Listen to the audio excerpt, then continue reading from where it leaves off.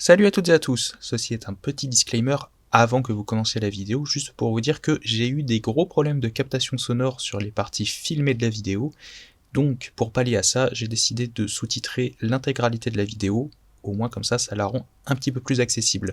Donc ne vous étonnez pas s'il y a un petit bandeau noir en bas, c'est normal, c'est pour vous permettre d'avoir les sous-titres. Sur ce, bonne vidéo.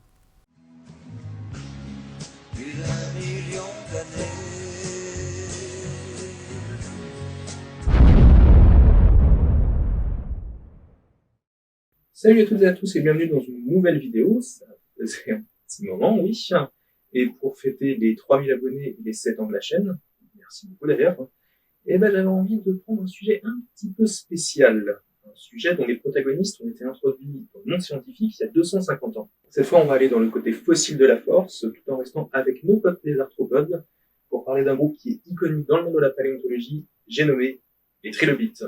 Probablement parmi les fossiles les plus facilement reconnaissables avec les ammonites, les trilobites sont un groupe phare de la paléontologie. Ces animaux sont des arthropodes. Si vous êtes habitué de la chaîne, vous connaissez la musique, mais on va la refaire quand même. Les arthropodes sont des animaux mobiles et bilatéraux, ça veut dire avec une gauche et une droite, et qui sont segmentés, que ce soit pour le corps seul ou les appendices aussi.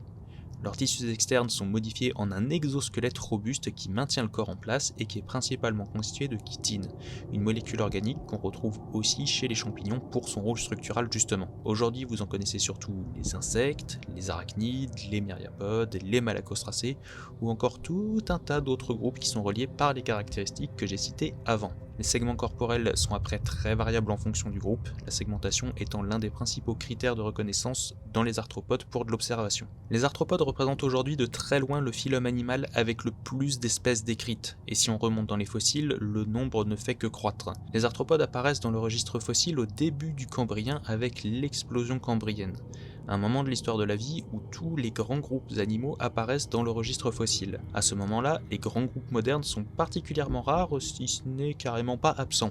Mais on retrouve plein de groupes éteints.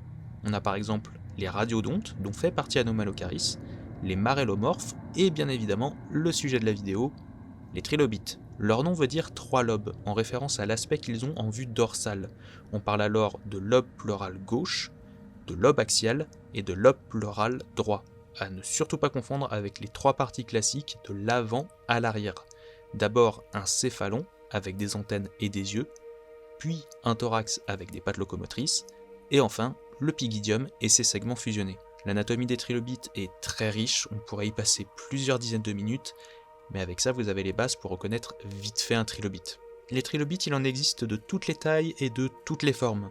Et encore, là je vous montre des spécimens on va dire soft et dont l'anatomie est facilement reconnaissable, mais vous inquiétez pas, il y en a pour tous les goûts. Cette diversité morphologique, couplée à une diversité écologique qui est tout autant impressionnante, a permis à ce groupe de marquer le monde de leur empreinte pendant 270 millions d'années. Le groupe est particulièrement abondant au Cambrien et à l'Ordovicien. Passé ça, ils vont lentement dégringoler, les crises de la fin de l'Ordovicien et du Dévonien affectant beaucoup la diversité du groupe. À partir du Carbonifère, le groupe se réduit de plus en plus et il finit par s'éteindre à la fin du Permien, où seulement 4 espèces étaient encore présentes. Une aventure qui s'est terminée dans la plus grande extinction connue à ce jour et qui a bien failli emmener aussi d'autres groupes sans qui notre monde actuel ne pourrait absolument pas exister. Mais heureusement pour nous, des fossiles de trilobites, c'est pas ce qui manque. L'utilité des trilobites, elle est multiple. On a déjà l'angle paléobiologique, c'est celui auquel on pense en priorité, mais en fonction de quel taxon on retrouve, ils peuvent servir à la reconstitution de paléo-environnement. Dans ce cas, ils ont une utilité en tant que fossiles de faciès. Ils donnent des indications sur le faciès des roches et par extension, sur l'environnement passé qui a permis d'obtenir ces faciès. Mais bon, dans cette introduction, je vais clairement pas pouvoir faire l'impasse sur l'utilité stratigraphique des trilobites. Parce que quand on parle de trilobites, ça serait juste un crime de passer à côté. La stratigraphie, c'est, je cite, la science qui étudie la succession des dépôts sédimentaires. Donc, ça inclut aussi les dépôts sédimentaires indurés, donc les roches sédimentaires, qui sont les roches dans lesquelles on va retrouver de préférence les fossiles. Et en termes de fossiles, les trilobites, ce sont d'excellents fossiles stratigraphiques. Par rapport à la moyenne des fossiles animaux, ils sont très nombreux, ils évoluent assez rapidement et on retrouve souvent les mêmes espèces sur de grandes zones géographiques sans préférence particulière au niveau écologique. Ces 3 points définissent un fossile stratigraphique. un fossile qui peut être jugé représentatif d'un laps de temps de l'histoire de la Terre. Ça permet d'établir ce qu'on appelle de la datation relative. Si on trouve telle espèce, alors la roche a plus ou moins tel âge. L'autre méthode de datation qui ne s'y oppose pas, mais qui la complète plutôt, c'est ce qu'on appelle la datation absolue. Là par contre on utilise de la radioactivité, et étant donné que c'est pas le sujet de la vidéo, je vous renvoie plutôt à des vidéos qui sont sur la chaîne de Entracte Science sur ces sujets. Et c'est comme ça par exemple que 80% des étages du Cambrien sont pour l'instant reliés à la présence de trilobites spécifiques dans les roches, à l'exception, comme vous le voyez, du début de la période, mais ça on va en reparler plus tard. Bref, vous l'avez compris, les trilobites, il y a énormément de trucs à en dire. Je pourrais sans aucun problème ouvrir une seconde chaîne qui leur serait uniquement dédiée. Chose qui ne va absolument pas arriver, parce que vu mon rythme de parution avec une seule chaîne YouTube, je pense qu'on va éviter d'en rajouter une deuxième. Nous, dans cette vidéo, on va plutôt se focaliser sur un point d'étude du groupe. Et comme j'aime bien les défis, j'ai choisi un des plus casse-gueule. La réflexion que je me suis faite en cherchant un sujet sur les trilobites, c'est qu'on parle toujours de leur stratigraphie, leur morphologie, leur évolution, et à juste titre, ce sont des sujets passionnants. Mais bizarrement, on évite toujours la question de leur origine. D'où est-ce qu'ils viennent dans l'arbre du vivant? Et rassurez-vous ou pas, parce qu'on a beau connaître les trilobites depuis 250 ans, mais les scientifiques sont pas vraiment plus avancés sur la question après 2 siècles de recherche sur le sujet de leur origine. Ouais, léger spoiler, mais je vais vous expliquer tout ça au fur et à mesure de la vidéo. D'après l'étude de leurs fossiles, il est établi que les trilobites sont des œufs arthropodes. On a originellement une paire d'antennes issues de la modification des appendices du premier segment corporel. Les premiers segments corporels se rassemblent en une tête qu'on appelle un céphalon, et les pattes sont segmentées et biramées. J'avais déjà expliqué ça dans une autre vidéo, un appendice biramé, tout est dans le nom, c'est un appendice à 2 rameaux. Typiquement pour les arthropodes, sur la même pièce de base, on a un rameau marcheur et un rameau qui est le plus souvent à fonction de branchie, et on oppose ça du coup aux appendices uniramés. Les trilobites sont l'exemple parfait des appendices biramés, en opposition à nos arthropodes terrestres qui ont des appendices uniramés qui sont la plupart du temps des pattes locomotrices. Les deux systèmes ont leurs avantages et leurs inconvénients, raison pour laquelle leur distribution au sein des arthropodes est très variable. Sauf que si on veut pousser un petit peu, on se heurte très vite face à un mur à plusieurs épaisseurs. La première, c'est que les trilobites sortent littéralement de nulle part dans le registre fossile. Comme le reste des animaux de l'explosion cambrienne, on a très peu d'indices sur leurs potentiels ancêtres, et c'est un problème qui est même généralisé aux arthropodes globalement. Toutes les lignées qu'on connaît n'ont aucun représentant fossile avant qu'on ait largement passé l'époque des ancêtres communs des différents groupes. Donc on va pas vraiment pouvoir compter sur ça dans les fossiles. Au passage, les plus paleux d'entre vous ont peut-être pensé à d'autres animaux, mais qui ont vécu avant, qui faisaient partie de ce qu'on appelle la faune des Diacara, et je pense que vous allez très probablement penser en fait à Stridina, qui ressemble vaguement à un arthropode, mais je vais poser un gros stop tout de suite. Parce que ce serait un petit peu trop facile. Quand on se penche sur le cas de ces organismes précédant les trilobites, c'est encore plus le bazar que le sujet du jour, Sprigina étant passé par bien 5 phylums différents en fonction des tentatives de le ranger quelque part. Donc c'est plus un faux ami qu'autre chose, là où les trilobites on arrive au moins à les mettre dans un phylum. Deuxième épaisseur de problème, qui est en fait une épaisseur multiple quand on veut les replacer dans l'arbre du vivant. Déjà, ce sont des animaux dont les derniers représentants se sont éteints avant même que les dinosaures n'apparaissent. En conséquence, toutes les techniques qui se basent sur l'étude de génome, d'ARN ou de protéines, on oublie. On trouvera rien de tout ça ici. Il nous reste du coup le physique, parce qu'on n'a pas grand chose de mieux à se mettre sous la dent en paléontologie.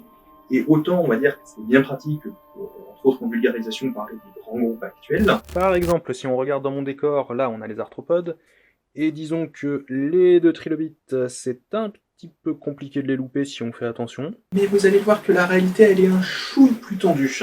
Les arthropodes se divisent en 2 grands ensembles qui sont facilement identifiables sur de nombreux critères. D'un côté, on a les mandibulates, qui se distinguent par la possession d'antennes, une paire de mandibules, les yeux sont souvent de magnifiques boules à facettes, et aussi généralement, il y a pas mal d'appendices préhensibles à proximité de la bouche.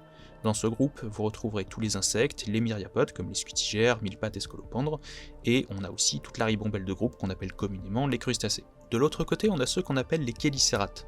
Là, il n'y a pas d'antenne, pas de mandibule, à la place on a un appendice Cooper qu'on appelle la chélicère, et qui chez les araignées prend une fonction d'injection de venin. Elle est suivie d'appendices manipulateurs, puis de pattes locomotrices, en général 4 paires, même si elles ne sont pas forcément de la même origine selon les groupes. Les yeux sont généralement petits et le corps se divise généralement en une partie à appendice à l'avant et une partie sans à l'arrière. C'est dans ce groupe que résident les pycnogonides, les limules, les euryptérides éteints et les nombreux arachnides. Sauf que ça, c'est aujourd'hui, et que ce soit à l'échelle d'une année ou de millions d'années, la biosphère change en permanence, et quand on remonte dans le temps, cette dichotomie devient de plus en plus floue, et c'est justement là qu'interviennent les trilobites. Ils sont une mosaïque de caractéristiques très ancestrales des arthropodes, mais à la fois de traits qui ne se retrouvent nulle part ailleurs. Par exemple, on a parlé des antennes. Même si aujourd'hui c'est l'apanage des mandibulates, il y a 500 millions d'années, c'était plutôt la norme chez les arthropodes. Donc, caractère ancestral. Ensuite, leur physique générale est un enchaînement de segments corporels, ce qui est la condition de base des arthropodes. On ne dispose d'aucun appendice bucco spécifique, les rares fossiles de trilobites qui ont des pattes conservées montrent que sous le céphalon, après les antennes, on avait juste des pattes biramées comme pour le thorax.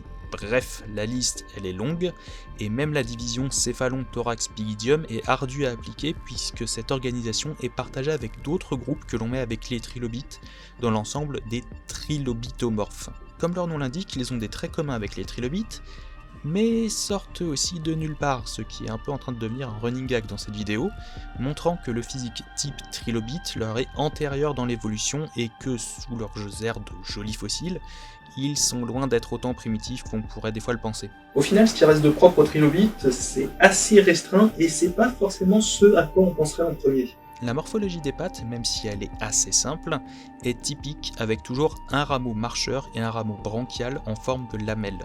La minéralogie de leur exosquelette présente des caractéristiques qui sont uniques, de même que la structure des yeux et leur position. Et on peut aussi prendre en compte la dernière paire d'appendices qui est uniramée et qui ressemble bizarrement à des antennes. Enfin, ils possèdent une pièce particulière au niveau de la bouche qu'on appelle l'hypostome, qui est une plaque minéralisée assez dure qui couvre les appendices du céphalon à l'exception des antennes, et dont le rattachement au corps est propre aux trilobites. Elle permettait de faire une espèce de chambre de mastication avant d'ingérer la nourriture, et d'ailleurs si vous vous posiez la question de comment les trilobites pouvaient manger sans mandibule ou chélicère pour couper la nourriture, vous inquiétez pas, c'est assez fréquent chez les arthropodes d'utiliser en fait les plus gros segments des pattes pour broyer la nourriture.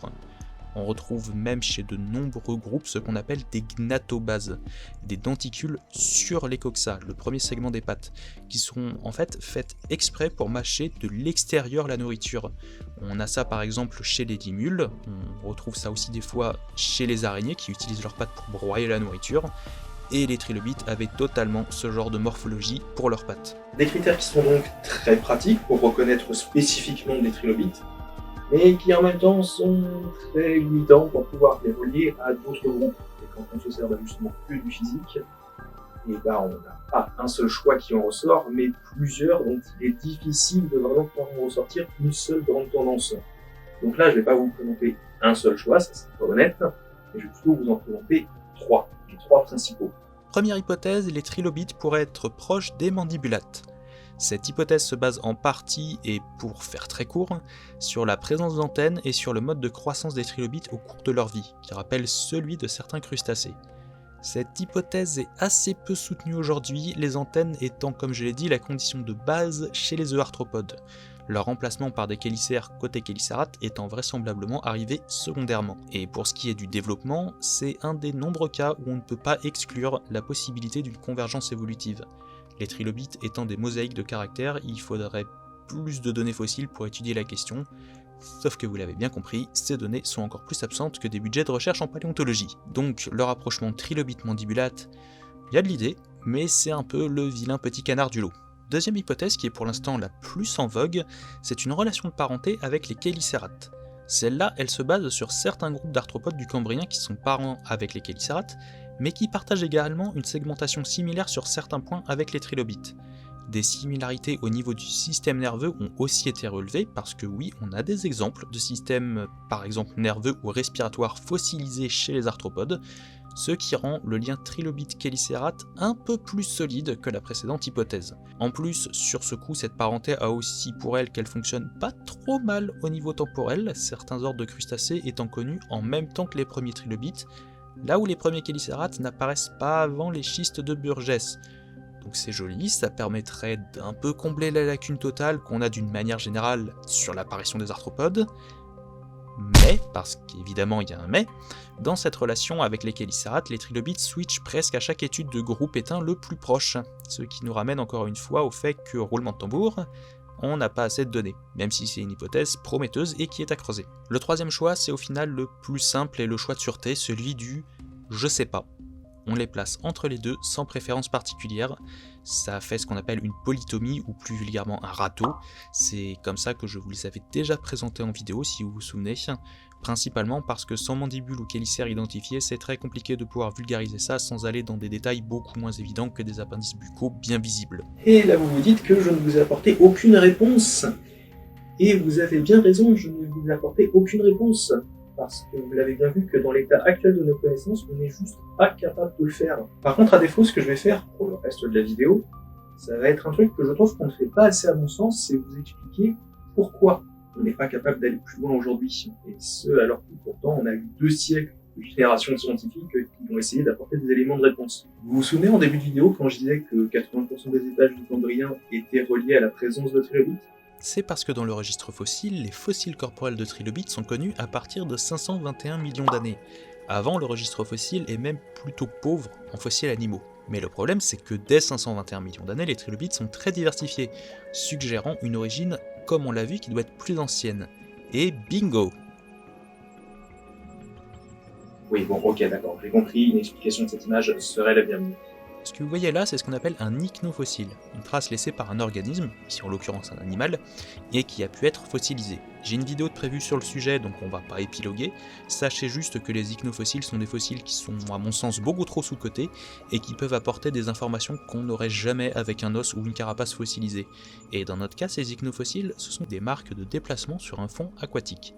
Et là où ça devient très intéressant, c'est qu'on a déjà retrouvé des trilobites au bout de pistes, mais ne vous emballez pas trop parce que ces traces peuvent être laissées par d'autres animaux. Les trilobites n'en ont pas l'exclusivité. Néanmoins, c'est une preuve potentielle que des trilobites ou des organismes proches auraient pu laisser des traces à cette époque-là, et que donc il y avait ces organismes. Donc alors bon sang, pourquoi est-ce qu'on n'en a aucun fossile corporel? La réponse à cette question, elle est toujours en cours de construction, mais on a plusieurs éléments de réponse. Donc 3 que je vais vous présenter dès maintenant et qui, vous allez le voir, sont tous très variés. Déjà comme on l'a vu, il faut pouvoir trouver des fossiles qu'on arrive à bien identifier comme des trilobites, ce qui n'est pas des fois chose aisée dans des roches aussi vieilles et qui des fois ont pu subir plusieurs formations de chaînes de montagne qui les ont déformées. Et si on n'a pas de fossiles bien identifiables, ne parlons même pas d'établir une liste de ce qui est propre ou non aux trilobites. Pour les 2 autres points, je vais me baser sur un papier publié en 2019 dans Proceedings of the National Academy of Science par John Patterson, Gregory Edgecombe et Michael Lee. Et ça faisait un petit moment que je voulais en parler, donc c'est l'occasion. Leur idée c'était d'estimer si les trilobites ont évolué à un rythme constant pendant le Cambrien. Parce que oui, la vitesse à laquelle les êtres vivants évoluent peut varier en fonction de beaucoup de paramètres, que ce soit la taille des organismes, les ressources disponibles qui contrôlent la taille des populations, et aussi selon les groupes, les taux de mutation ne sont pas identiques, chaque groupe ayant des machineries cellulaires qui peuvent être différentes. Par exemple, au sein des arachnides, c'est le cas des tiques, des acariens et des pseudoscorpions qui ont une évolution du génome qui est beaucoup plus rapide que tout le reste.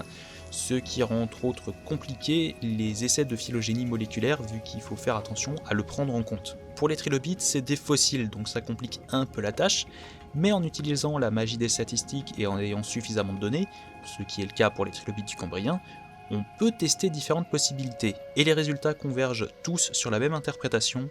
Les taux d'évolution des trilobites ont ralenti au cours du Cambrien, ils étaient maximaux au moment de l'explosion cambrienne. Du coup ça soulève de nouvelles questions, mais en même temps ça s'accorde un peu avec des résultats qui revenaient de plus en plus ces dernières années quand on essayait de donner une approximation de la date du dernier ancêtre commun des euarthropodes. Avant, quand on faisait juste avec les fossiles, on supposait souvent que ça remontait vers 700 millions d'années. Mais force est de constater qu'en fait, ça serait plutôt à la toute fin du précambrien vers en gros 550 millions d'années. Ça fait que les changements qui ont amené aux bases de la diversité morphologique des arthropodes se sont déroulés sur un laps de temps très bref. Et qui dit laps de temps très bref, en paléontologie, dit souvent perte d'informations. Plus vous avez d'informations sur un laps de temps réduit, plus vous risquez d'en perdre, parce qu'il n'y a pas tout qui peut se fossiliser. C'est un peu le problème général de l'explosion cambrienne. Trop de choses qui se sont déroulées en trop peu de temps, tout n'a pas pu être conservé. Et tant qu'on n'a pas plus de données, on n'a pas d'autre choix que de tout mettre au même niveau. Mais pour autant que ça se soit passé très vite, on devrait quand même en avoir une trace dans les fossiles. maintenant de cette transition? Et bah pas forcément, parce que encore aurait-il fallu qu'ils se fossilisent, ces arthropodes. Et oui, je parle bien de conditions de fossilisation. Donc accrochez-vous pour le dernier round, on va parler de géologie. Parce que oui, outre la rapidité d'évolution variable, la principale différence entre un ichnofossile et un fossile corporel, c'est qu'il y en a un qui a une trace dans un sédiment et l'autre c'est une partie d'organisme. Autant pour le premier qui est de la même nature sédimentaire que l'environnement, sa préservation dépend juste, enfin on va dire presque juste, qu'il soit rapidement enfoui, autant pour un reste d'organisme, il y a toute la nature chimique du reste qui va interférer avec la fossilisation. En fonction de ça, il va très bien se fossiliser, avoir des difficultés à le faire, ou alors il va juste disparaître. Et c'est là qu'intervient l'étude géochimique des roches qui ont gardé l'empreinte de la géochimie de l'océan de leur époque. Les scientifiques se sont rendus compte que pendant le Cambrien inférieur, il y a eu un changement radical dans les proportions de carbonate de calcium des océans entre la calcite et l'aragonite. Pour les personnes qui ne voient pas ce que c'est le carbonate de calcium, c'est un minéral qui se compose de calcium, de carbone et d'oxygène. Et vous en avez forcément déjà vu. Du tartre dans un appareil, un morceau de calcaire, ou encore les coquilles de mollusques, sont tout autant de formations de carbonate de calcium. La calcite et l'aragonite sont sur le plan chimique exactement la même chose. La différence se fait dans la forme que prend la molécule dans l'espace. Les deux ne vont pas avoir forcément les mêmes propriétés, et une des différences concerne la stabilité de la molécule. L'aragonite est beaucoup moins stable que la calcite dans des conditions de pression et de température ambiante. Aujourd'hui, dans nos océans, elle se dissout par exemple beaucoup plus vite à mesure qu'on prend de la profondeur. Et c'est sans compter qu'elle tient très mal la fossilisation, où elle est très souvent remplacée par de la calcite. Pourquoi est-ce que je vous raconte tout ça au final? C'est pour vous montrer à quel point un changement de géochimie dans les océans aurait pu avoir un impact colossal sur l'évolution du vivant. Aujourd'hui, énormément d'organismes minéralisent des carbonates de calcium et s'en servent dans leur propre anatomie. On pourrait par exemple citer les algues calcaires, les foraminifères, les coccolithophoridae, tout ça par exemple, les deux que j'ai cités, ça fait partie du plancton, donc un truc relativement important. Donc, si on prend là dans mon décor par exemple les crabes, la pince de crabe, on va avoir d'autres. On va avoir aussi plusieurs des mollusques, dont la coquille est totalement faite à partir de carbonate de calcium. Et si on prend pour les fossiles qui sont là, les ammonites, ça fonctionne totalement en carbonate de calcium. Il y a plusieurs coraux qui sont là, etc., etc. Donc les carbonates de calcium, pour la vie sur Terre, c'est un poil important. C'est donc pour ça que l'acidification des océans, dont on a parlé ces dernières années, est en fait autant une catastrophe. Parce que ça perturbe les flux de carbonate de calcium dans les océans. Carbonate de calcium, donc on l'a vu, à peu près la moitié, si c'est pas plus, des organismes qui y vivent dépendent. Je vais pas faire de chimie ici, ni de vidéo sur les flux de réservoirs, parce que ce serait complètement hors sujet. Mais ce qu'il va falloir que vous reteniez, c'est que pour autant, aujourd'hui, le problème, il est juste dans la perturbation des flux d'acide et de base pour les mêmes espèces de carbonate de calcium. Maintenant que ça s'est imprimé, retour au Cambrien. La situation est plus ou moins similaire, mais est en fait encore plus délicate puisque l'on passe d'une organisation spatiale à une autre. Et au niveau microscopique, les récepteurs des organismes n'auraient peut-être pas pu utiliser cette nouvelle configuration. Un changement pareil aurait pu mener à un renouvellement complet des faunes, amenant les animaux à revoir totalement leur façon d'intégrer des carbonates de calcium, tandis que d'autres pourraient en profiter pour occuper de nouvelles places dans les écosystèmes. Et bingo! La voilà, l'apparition soudaine des trilobites dans le registre fossile, juste après ce changement géochimique dans les océans. Ce scénario rejoint le fait qu'on sait que différents groupes d'animaux ont acquis de manière indépendante des parties dures et minéralisées pendant l'évolution, chose qui arrive de manière relativement synchrone au début du Cambrien justement, et ça avait été proposé pour les arthropodes justement que cette minéralisation elle est arrivée à plusieurs reprises. C'est pas une idée nouvelle, et ça avait été proposé entre autres justement pour les trilobites, que si pour autant le groupe semble dès son origine avoir un exosquelette qui est bien minéralisé, leurs ancêtres, eux, ils avaient pas ces caractères peut-être. Le voilà donc le problème avec l'origine des trilobites. Le temps qu'ils apparaissent dans le registre fossile, l'impulsion de départ de l'explosion cambrienne, elle était déjà terminée. Tout s'étant déroulé très rapidement avec des organismes ayant, pour ce qu'on en sait, un potentiel de fossilisation qui était très faible. Ça ne veut pas dire qu'il ne s'est rien passé, bien au contraire, mais de notre point de vue, étant donné qu'on n'a rien, c'est ce qui en ressort pour l'instant. Les premiers trilobites sont vraisemblablement apparus un peu avant, mais devaient être encore des composantes mineures des faunes marines, ce qui fait qu'on les a sûrement pas encore trouvés. C'est seulement avec le renouvellement des faunes suite au changement géochimique des océans que les trilobites auraient eu un avantage pour se répandre rapidement et prendre de nombreuses niches écologiques. On a donc toujours cette période d'une vingtaine de millions d'années de vide pour les arthropodes due à leur difficulté à se fossiliser s'ils n'intègrent pas d'éléments minéraux dans leur exosquelette. Les 20 millions d'années du mystère d'un monde potentiellement très différent de celui qu'on a l'habitude de voir dans les gisements qui sont plus tardifs. C'est pendant ce bref laps de temps que les bases des arthropodes telles qu'on les connaît se sont faites, et l'origine des trilobites et leurs relations de parenté resteront non résolues tant que nous n'aurons pas plus de données sur l'un des groupes fossiles les plus florissants du règne animal. Au final, s'il y a bien un truc que j'aimerais que vous reteniez de la vidéo, outre évidemment tout le speech sur les trilobites, parce que je l'ai pas fait pour rien quand même, c'est que la paléontologie, elle est comme d'autres sciences. Elle est là pour apporter une meilleure compréhension du monde à la lumière de nouvelles découvertes qui vont remettre en question les acquis. Le but de la science n'est pas de donner une réponse absolue, mais de donner le maximum de clés pour appréhender le monde. Si la clé elle a fait ses preuves, c'est pas grave de garder la même depuis plusieurs siècles, tant qu'elle marche toujours quand on l'utilise. Mais des fois, faut comprendre qu'on peut changer de clé très rapidement en fonction de la situation. Et oui, je fais totalement allusion aux avancées permanentes par rapport au Covid-19 qui peuvent changer la donne en l'espace de quelques semaines. Et il y a des fois où on n'a juste pas la clé, comme avec les trilobites, et où on reste bloqué devant la porte. C'est pas grave, ça veut juste dire qu'il faut continuer d'explorer le bazar de la pièce dans laquelle on est, et on la trouvera peut-être à un moment. L'important étant qu'on le fasse toujours sans griller les étapes au risque d'empirer la situation. Et en soi, c'est même encourageant, puisque ça veut dire qu'on aura toujours besoin de plus de gens pour travailler sur le sujet. Et c'est sur cette jolie métaphore qu'on va arrêter la vidéo ici. Ça faisait un petit moment que je voulais la faire, cette vidéo-là, et elle a beaucoup changé au fur et à mesure que je la bossais. Pour ceux qui se posent la question, cette vidéo a totalement remplacé la vidéo qui était prévue de longue date sur les limules au niveau de l'ordre de sortie. Mais bon, disons que les origines des trilobites ont le bon goût, si je peux dire ça comme ça, d'être un petit peu moins étudiées que la phylogénie des Chelicerates, et le consensus change un petit peu moins souvent sur ce sujet-là. En tout cas, si vous voulez plus de vidéos sur les trilobites, n'hésitez pas à vous manifester en commentaire. Encore plus si vous avez déjà des idées de sujets en tête. Pas des trucs du genre top de tel trilobite ou quoi que ce soit, mais si vous avez des problématiques à traiter, franchement, ça pourrait être intéressant. Et un dernier point rapide aussi. Vous l'avez vu, le corps, il a changé, les cheveux, ils ont un petit peu poussé. Il y a eu un petit peu de dents qui s'est écoulé depuis la dernière vidéo.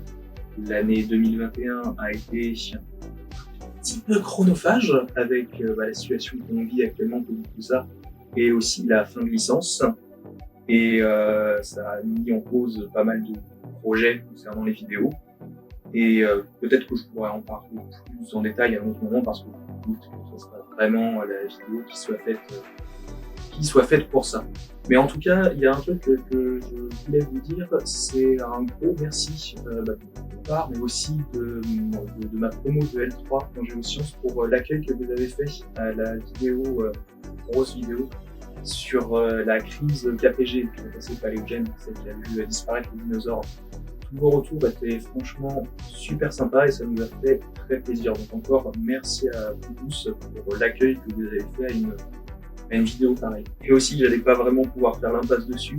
Merci beaucoup à vous toutes et tous pour les 3000 abonnés. Maintenant, vu les sujets que je peux traiter et vu la parution de vidéos que je peux avoir, plus d'autres facteurs, je ne pensais pas vraiment franchir ce palier aussi vite. Merci beaucoup.